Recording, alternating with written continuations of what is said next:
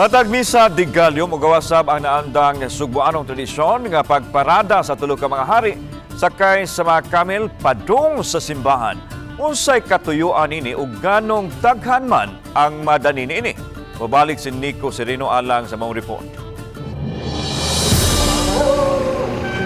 Gaguyod o gahandos ning dakong camel o usa sa mga tulo ka hari kining grupo sa mga batan-on nga gikan sa Lapu-Lapu Street nga naabta namo kaganihang kadlawon. Nahimong tradisyon na sa ilang pamilya ang paghimo niini matag misa de Gallo. Gidala nila kini paingon sa Basilica Minore del Santo Niño aron adto mapahimutang ang Three Kings ug sila sa mismo makaapil sa santos nga misa. Ever since bata pa dyan ako lola, nanani ang camel, ang wise man na camel.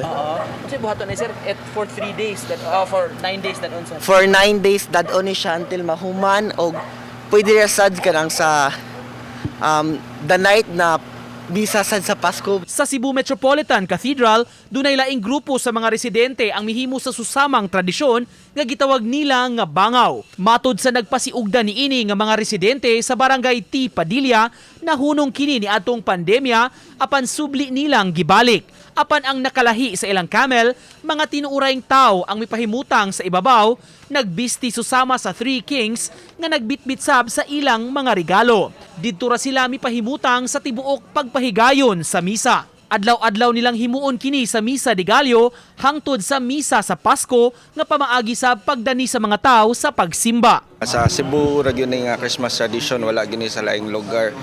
Sa dungay panahon sa Tipadilla, mao ni amo ang Christmas tradition good every Misa de Gallo. Nagpakuanta nga ang mga tao ba magpanon gani nga manimba ba. So nagkuan siya sa mga tao, man-encourage na magdungan og pangadto sa simbahan. Pagkahuman sa misa kaganihang buntag, sama sa ilang pagpadung sa simbahan, nag-uban gihapon ang mga managsilingan pagpamauli sa ilang lugar. Daw sa giprosesyon usab nila balik ang mga hari ug mga camels. Ug mubalik ugmang adlaw sa laing adlaw na sab sa misa nobinaryo. Uban ni Godfrey Relien ug Edward Tubilan, Nico Sereno, Balitang Bisdak.